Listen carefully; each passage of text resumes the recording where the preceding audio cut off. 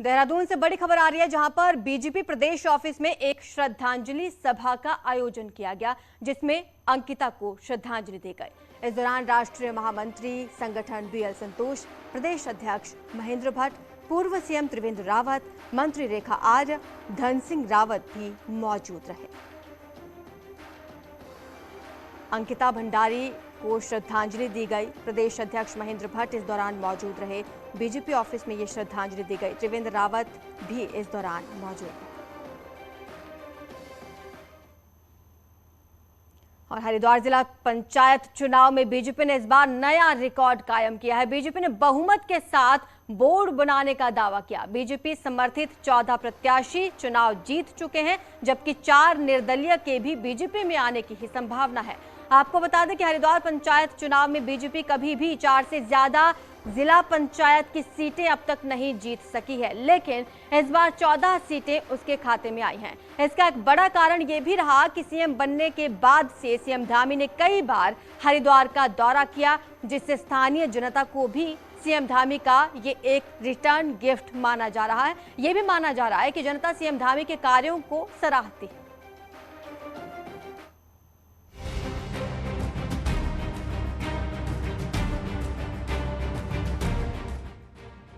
हरिद्वार पंचायत चुनावों में बीजेपी की ऐतिहासिक जीत ने सीएम धामी के काम और नीतियों पर एक तरीके से मोहर लगा दी है। हरिद्वार पंचायत चुनाव के अब तक के इतिहास में बीजेपी जिला पंचायत चुनाव में 4 से ज्यादा सीट पर कभी जीत नहीं सकी, लेकिन इस बार 14 सीटों पर जीत दर्ज करने में कामयाब हो सकी है। बीते काफी समय से सीएम धामी ने हरिद्वार में कई दौरे किए। स्थानीय जनता ने भी सीएम धामी की मेहनत और काम की सराहना करते हुए उनकी नीतियों पर भी अपनी मोहर लगा दी।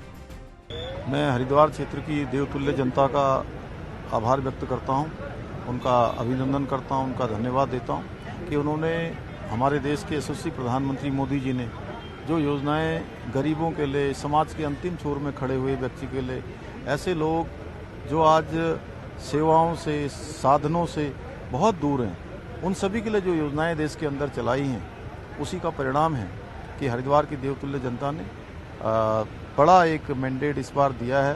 उत्तराखंड बनने के बाद पहली बार इतनी बड़ी संख्या में भारतीय जनता पार्टी के समर्थित प्रत्याशियों को जिताया है। इधर पंचायत चुनावों में हरिद्वार ग्रामीण सीट से पूर्व सीएम हरीश रावत और उनकी बेटी अनुपमा भी कुछ खास नहीं कर पाई। विधायक अनुपमा रावत के क्षेत्र से 4 सीटों पर कांग्रेस बुरी तरह से हारी है। सबसे अधिक सीट पूर्व कैबिनेट मंत्री स्वामी यतीश्वरानंद के क्षेत्र से मिली है। यहां 7 सीटों पर रिकॉर्ड तोड़ जीत मिली है। उधर लक्सर में भी भाजपा ने 3 सीट जीती हैं। रानीपुर की दोनों सीटों और औरंगाबाद सीट पर भी बीजेपी ने जीत दर्ज की है। हरिद्वार पंचायत चुनाव में बीजेपी कभी अच्छा प्रदर्शन नहीं कर सकी, लेकिन सीएम धामी के कुशल नेतृत्व में इस बार वहां भी अपना परचम लहरा दिया है। Bureau report, news 18।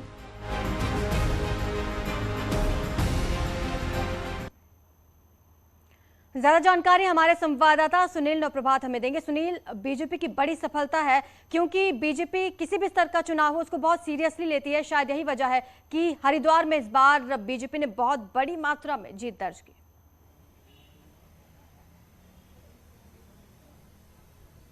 बिल्कुल आरजू, और बीजेपी के लिए एक ऐतिहासिक जीत भी है, क्योंकि हरिद्वार जिला पंचायत का जो बोर्ड है, आज तक बीजेपी उस पर कभी भी जीत हासिल नहीं कर पाई। अभी तक बीजेपी के 3 से 7 मेंबर जीत कर आते थे, लेकिन पहली बार बीजेपी ने दुगनी संख्या में यानी कि 14 का आंकड़ा पार किया है। बीजेपी का दावा है कि इसके अलावा भी जो निर्दलीय जीते हैं उसमें बहुत सारे वो लोग हैं जो बीजेपी के कार्यकर्ता हैं, लेकिन चूंकि एक सीट पर एक ही कार्यकर्ता को टिकट दिया जा सकता था, इसीलिए निर्दलीयों की भी उसके पास अच्छी खासी संख्या है और वो दावा कर रही है कि जल्द ही वो बोर्ड बनाने का दावा कर सकती है। इसके साथ साथ 6 पंचायत प्रमुख भी हरिद्वार में चुने जाने हैं, तो बीजेपी का दावा है कि 6 के 6 जो ब्लॉक हैं उन पर बीजेपी का प्रमुख होगा। इससे पहले जो अभी तक के जो पंचायत चुनाव हरिद्वार में हुए, वहां पर बीजेपी कभी भी ब्लॉक प्रमुख पद पर भी जीत दर्ज नहीं कर पाई।